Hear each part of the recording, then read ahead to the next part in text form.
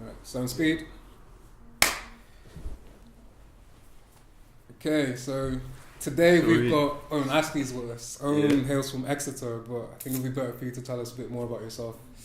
So I'm a filmmaker. I'm based in Bristol at the moment, and yeah, I'm the director of Pastels Productions, which is a film and video production company.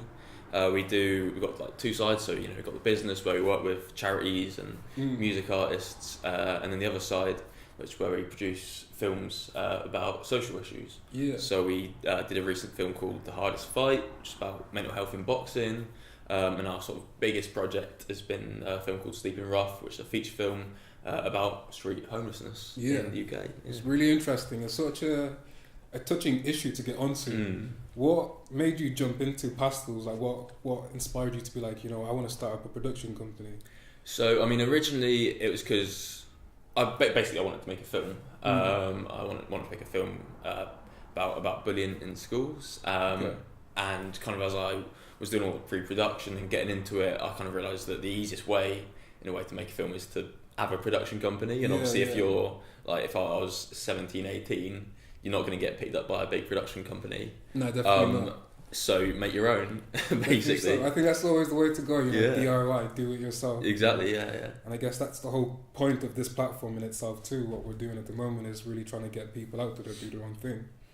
So you touched on a lot of social issues. Why do you feel that was where you wanted to take it, as opposed to, like, I guess, being a lot more mainstream in a sense? I mean, I suppose one of the things is that because I always wanted to do something creative. I wanted to be an actor. I still do. Anyway. I think that's where all of us start off with. We want to be an actor first, and then. But then I always wanted to do directing. Whether that was for theatre or for film. And I always kind of felt a little bit guilty that I was doing something that was about enjoyment, when there's doctors or police officers out, saving people's lives and that. And I was like, I'm not, what I guess, film in that sense. And then it kind of, and I was like, well, how can I use film to, I don't know, to do something positive, I suppose. Yeah. No, I think that's very beautiful. Really, really, really, really good way of doing it, to be honest. So, are these issues that you've experienced yourself, or is it just something that you decided working with other people, like, hey, this sounds like an interesting subject to touch on? It kind of depends on the issue, to be fair. I mean, most of them I've experienced in one way or another. Usually, I mean, nowhere near as to the same extent that people that I've spoken to and people that I've worked with have. But I mean, it's a way of getting other people's stories out there. And exactly. To it a lot more. And it's always it's about giving people a voice. People usually don't really have a voice in kind of in mainstream media. To get across as well. And like in big films, you often don't see these kinds of stories represented. I mean, they're just talking about homelessness, for example. There's so few films out there about homelessness, and I think that it's something that I really wanted to raise awareness of. And again, give these people a voice. So definitely that's why we do what we do. Fair play to that. Even getting into filmmaking, did you go to university to help you get through it, or it was just something that you decided to do for yourself? Yeah, basically, because I never did it at school or anything like that, and I had mates who did it at college. So just like going to the library every day, just reading up about film and watching films, watching YouTube, all the YouTube channels there are about about making films, but also about story and character and all that.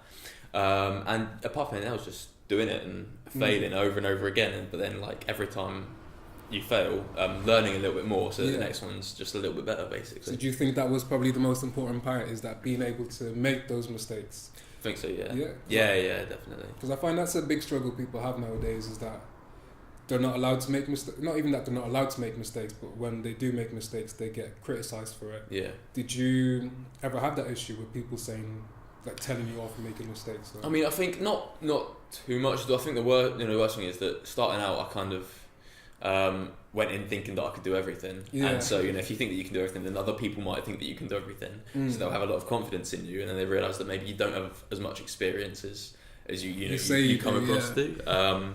So in that way, it can be a little bit dangerous. But I still think everyone kind of accepts that, especially if you're young, and with something like film, it's all about learning. It's all about making mistakes, and everyone knows that you will do that, but then you will get better. So. And it's such a it's such a brave jump, from such a young age, to go on to set up your own production company. And it's not even just one film that you've done several films as well. And it's like, what was the biggest issues or challenges that you came across, for other people who would like to do the same thing, but they don't feel it's a possibility for them? I think, to be honest, the hardest thing is actually just doing it, is actually just, getting the motivation to do it, I think. And then once you've done it, you're like, oh, okay, that's not too bad. Still got a lot of learning to do. But I think it really is just kind of having the confidence to do it. Just go ahead. And just going straight into it, jumping head first. I think that's the main thing, I'd say. But then, did you have anyone to help support you in the process of doing it as well? Like, did you have friends who were interested in film? Yeah. Always. Yeah, I think that was something really important. I was like, especially making my first film, I was like, I know nothing about films. I barely even know how to set the exposure right on a camera. But if I'm surrounding myself with people who do have more experience than me and do know how to do that, then that's one of the best ways to learn. I had mates, and then mates getting involved, and just surrounding yourself with brilliant, talented people. I mean, really there is the old saying as well that goes, you're the makeup of the people that you surround yourself with, and if you want to grow in any field, then you surround yourself with the right people. Yeah, exactly. It shows you've proven that it does work. It's a technique that does work. Yeah, exactly. Yeah, you shouldn't be like the most experienced person in the room, because then you've got no one to learn from. No, definitely so. Yeah. So for kids that don't have the means to go to university and learn filmmaking, which is what a lot of them are supposed to do, but not many people come out of. I guess, and you did answer it perfectly. Is that you have to go straight into it? But is there any spaces, like any places that you felt really helped you in getting to and building the confidence, essentially? To be honest, Facebook. Because one of the things I realised is that wherever you live, any city or any town, there are film groups out there, and there's communities of filmmakers out there. So Bristol's huge. Like there's such a big film community in Bristol. So you can literally just go on Facebook, type in the name of the city where you live, and then film or actors or whatever, and then there's like 5 groups that will pop up. Just join them, and then all the opportunities are on there. There's always people looking for runners or like little unpaid jobs that you can get involved with to learn. And there's loads of kind of activities and workshops that you can go to, and film festivals. Exactly. Volunteer at encounters. Exactly. Making connections. Exactly. So that's it. What, 1995 was it? Looking that old. But I think that's that's one of the things that I was like, that's one of the biggest places that I learned, and that's because you meet people there. You meet people that have that experience and that can teach you, and you've got that places to get the skills and to learn. But and so then, how did you build it from just a small production company to working with commercial clients? And because you mentioned you work with charities as well, how did you get involved with all these other companies? How did you? Apart from anything else, it's kind of just about reaching out to them. One of the charities that we've got a really good connection with is Off the Record, who are a young person's mental health charity in Bristol. You did an event for them just outside, I think it was Queen Square. We've done a few. We've done a few. We filmed a couple of videos for them and done some photography for them. And with them, it was literally, so I went to a networking event at the Watershed, which was for young people as well. Okay. And I met someone there who... That we wrote Right magazine. Yeah, exactly. I think you might have been there actually. Probably would have. I'm sure. I think you might have been actually. Cross every now and again. And there I spoke to someone who was like, and I kind of heard about Off the Record before, but I didn't really know much about what they did. But I spoke to someone there who'd basically been helped by Off the Record. I mentioned a bit of what I was planning to do, and she said, "Oh, you should get in touch with them." So I just sent them a little email saying, if there's any way, we could do some work for you, we'd be keen. And they were like, absolutely, really jumped on it. And we've kind of been doing that for over a year now. That's brilliant. So literally just reaching out to people. Yeah, and again, it's like kind of about having the confidence. And, a lot of people will say, no, we're not looking for anything like that right now or whatever. But you send out 50 emails, you might get a reply from 10, and 5 of those will be like, yeah, sure, go for it. Because it can be quite a daunting thing for people, to ask for help from that. Exactly. And just being able to take the no's. Did you come across a lot of no's? Oh yeah, hugely. The majority of no's, to be honest, which is normal. That's just what happens, because most companies, they might be working with another production company, or they might or they might just not be looking for that kind of thing at the time, and so they'll say, okay, maybe not now, but maybe later on down the road or something. So yeah, most of them are no's, but it's if you want to get one yes, that will build into another 2 yeses. Yeah, definitely. So I guess 5. It's just persistence. Yeah, just exactly. Keep pushing through regardless. And just making the most of the connections that you got. I think. Yeah. And it shows again that you've really worked to bring everything you've aimed for to realization. So with regards to your recent film, how did that come along? Even getting actors from Skins, which is basically Bristol's biggest TV series. Yeah. How did that all come together? Well, we're really lucky, apart from anything else, with Sleeping Rough.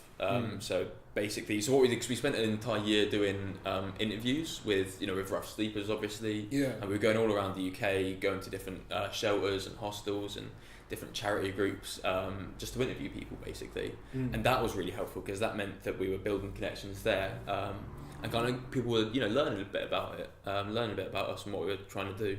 And then we did the Kickstarter. We raised all the funding for the film was raised through Kickstarter. And again, we were really lucky that we just had such community-based support. Because there is a really strong community around homelessness, especially in Bristol, but around the rest of the UK as well. Okay. Cool. And again, that was kind of how people learned a bit about us. And then, so most of the actors in the film have been homeless themselves. Most of them come from a charity or an organisation called Cardboard Citizens, who are basically an acting organisation, and they work with homeless or ex-homeless actors. Okay. And that's something we were quite keen to do because we wanted to do all the stories justice, and we wanted to make sure that the film was keeping the truth. Yeah, keeping the truth basically. And so that's why we had that. But then also Megan, who was the actress from Skins, one of the twins. Basically, her and her sister are brilliant because they've done a bit of work with the Big Issue Foundation. Her sister especially, because she does a bit of photography, and she did a photography exhibition for them. Wow, so they're already quite invested in the issue, and she basically found out about the film and asked to audition, and we were like, definitely. And then we were like, oh, we'll see what happens.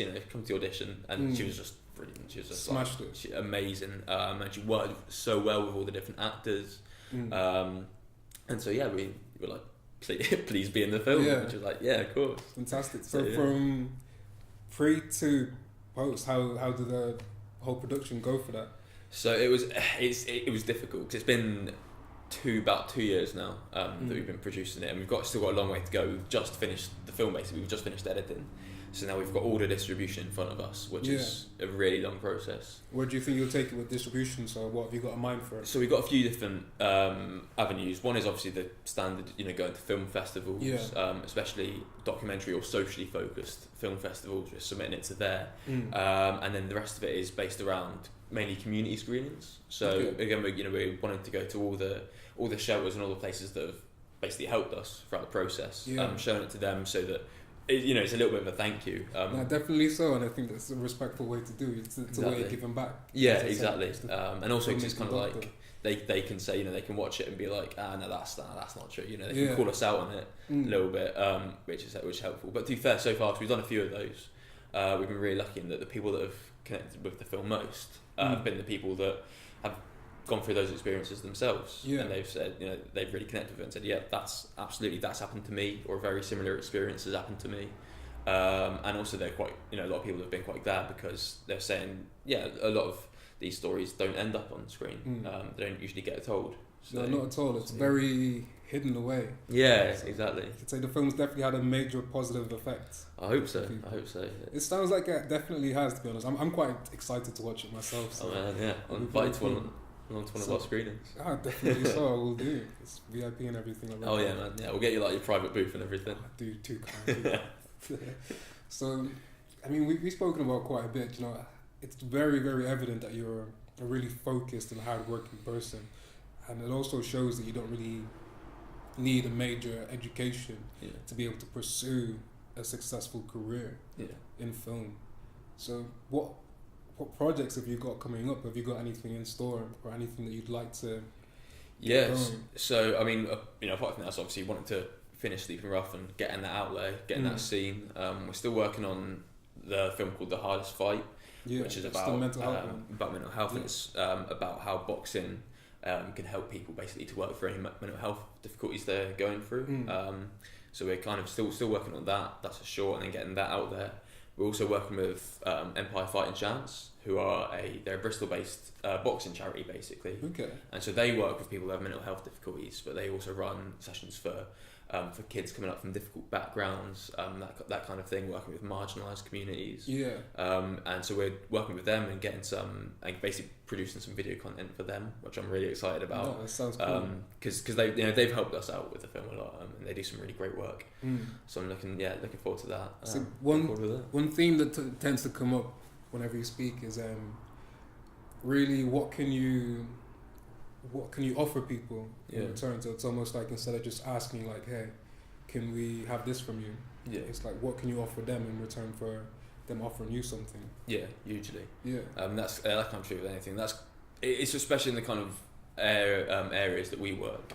It's because we do work, with a lot of disadvantaged communities and charities, and it is a lot about our independent projects. They support us on that, and they do a lot of work for us there. And then us obviously offering something in return, video production, and basically getting a bit of publicity for them and getting their work known as well.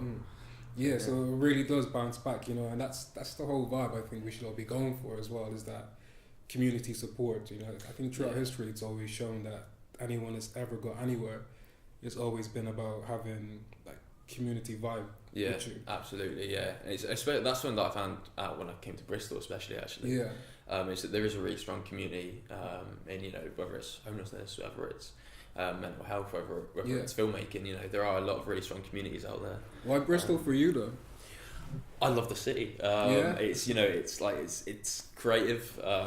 It's just kind of, it's got this vibrancy about it that I really love, and it's like you walk around the corner and you'll see you'll see a street dance performance going on, or you'll see a graffiti exhibition. So it's like a mini London, but a lot more unattractive. Or like a mini New York or something. That's the better one actually. I like that.